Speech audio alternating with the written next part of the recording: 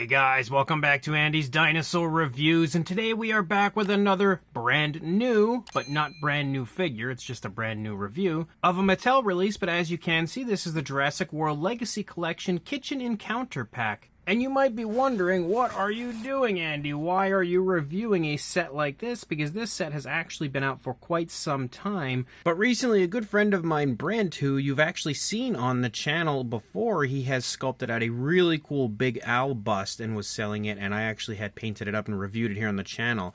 And I'll actually include a link at the end of the video to the review of that model. But he reached out to me and asked if I had, this set and stuff, and we basically had a little discussion about it and the fact that I have actually never reviewed this set here on the channel, and I really don't know why. I usually try to cover everything Mattel releases, but somehow this one got skipped, and I never ended up getting a review up of this. So he sent me one, and I am now going to review it. So a massive thank you goes out to Brent for being super cool and sending this over to me, but on top of that, he actually sent me this, which is a little mini T-Rex that he had painted up to give it the Red Rex color scheme. And I must say, this T-Rex has never looked better than it does in the Red Rex color scheme. It honestly makes me think about the fact that Mattel really kind of dropped the ball when it comes to not releasing any JP 30th anniversary minis. They really could have released some super cool stuff, and it would have been mostly figures they had already released. They just basically needed to give us Jurassic Park style repaints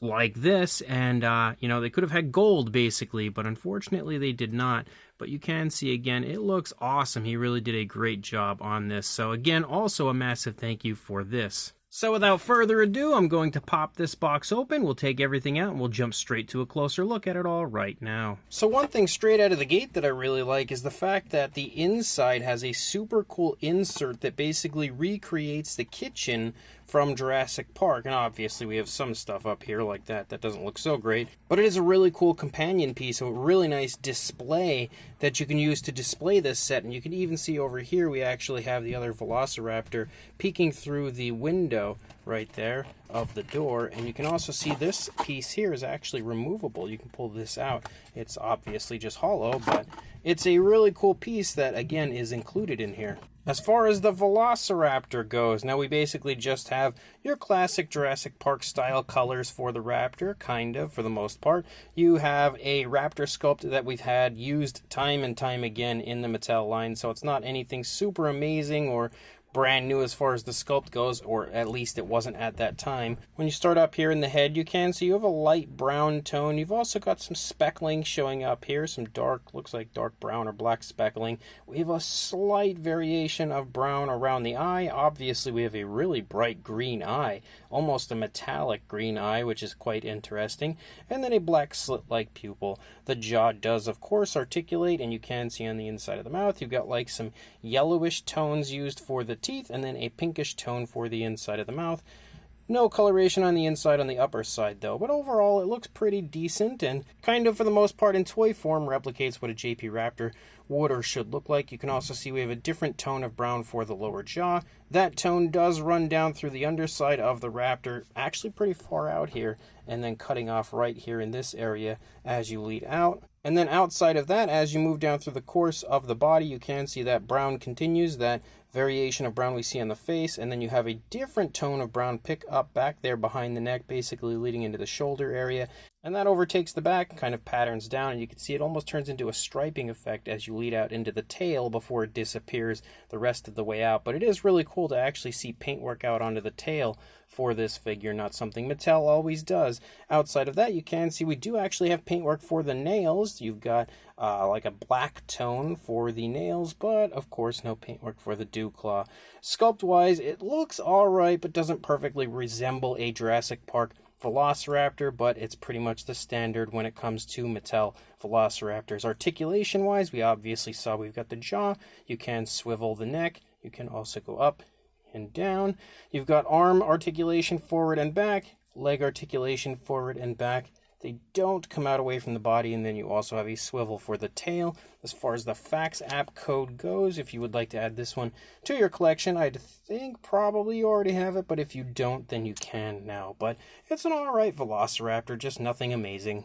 And then when it comes to Lex, you can see she looks alright. Definitely not absolutely picture perfect, but for the most part I feel like she looks like Lex does in the film. One thing I like about this figure is they basically painted it out to look like Lex at this point in the film. You can see there's like some dirt on her arm there, some dirt on her shoulder up here, and then you can also see like dirt on her pants and stuff. And at this point in the film, she's definitely looking a little bit filthy, a little bit rough. She's gone through quite a bit, so it's a nice little touch on the part of Mattel that they added that stuff in. You can see her eyes are painted, her eyebrows and her lips are all painted.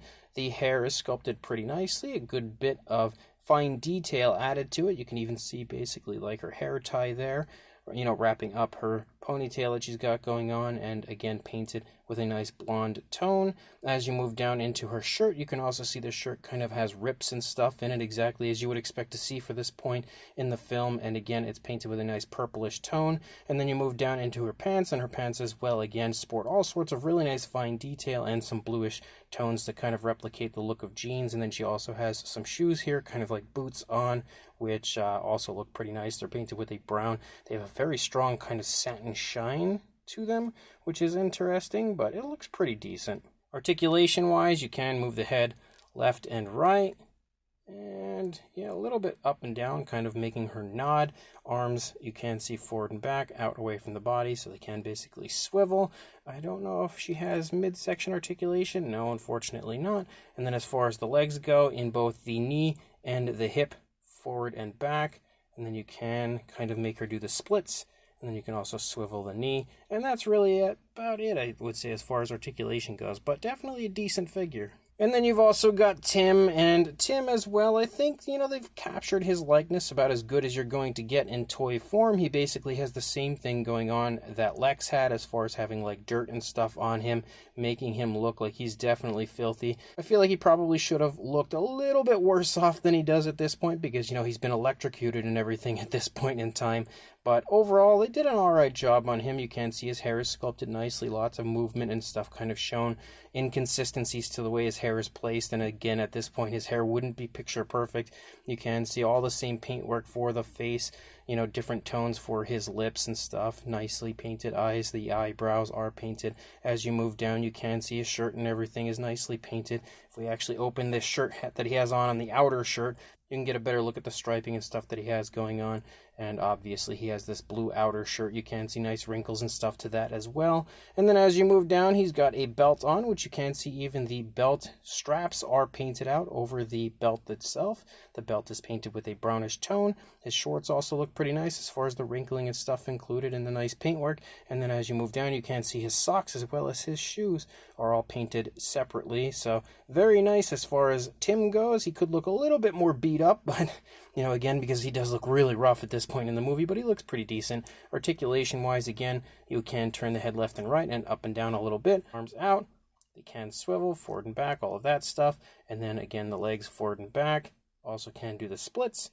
And then the knee articulation forward and back, and can also swivel. So the same articulation that we saw on Lex. And the only other part to this set would be the frying pan that is included. So just a fun little extra, again, giving them something to include in their kitchen scene. Honestly, as far as this set goes, I really don't think that there's much of anything else that's needed to be done for the set. I feel like, you know, we have a pretty good idea of the size of the Raptor for sure, and as well for Lex and Tim. If you do not, here is Robert Muldoon standing in behind them, so you can see again that he's a little bit bigger than you would see for Lex and Tim. Of course, they are children, and Muldoon would be an adult in the film, so you can see how they are a bit shorter, of course, and a good bit smaller overall.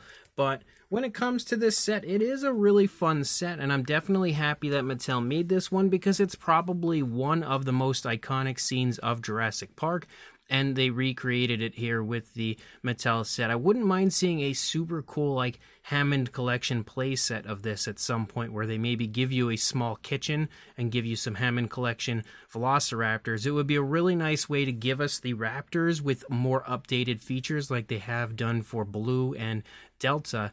but without just re-releasing the Raptors. It would be really cool, and maybe that's how they could include a Tim and Lex figure in there as well. But overall, I think everything in this set looks pretty fun. The Raptor, even though not looking exactly like a Jurassic Park Raptor, has the colors down for the most part when it comes to what you would expect in toy form, and honestly, even a little bit more paintwork than you would usually see for a Mattel Raptor. The only thing I think I would have liked would have been maybe a little bit more of the darker tone up there in the face, maybe on the top of the head or something. I think it would have just looked a little bit nicer because it kind of looks a little naked in the head, but still not bad by any means. And Lex and Tim look pretty nice, and I love the fact that they had given them that kind of like weathered and dirty look, because at this point in the film they are definitely, you know, looking really rough, really tired, really beat up, and just filthy overall, and they've captured that, you know, to the best of their ability in toy form, and their likeness is pretty decent. Again, I don't think you'll ever hit it picture perfect, but for the most part it looks nice enough, and just in general having a Lex and Tim figure is extremely cool. They also sport some fun articulation and stuff, the, you know, standard articulation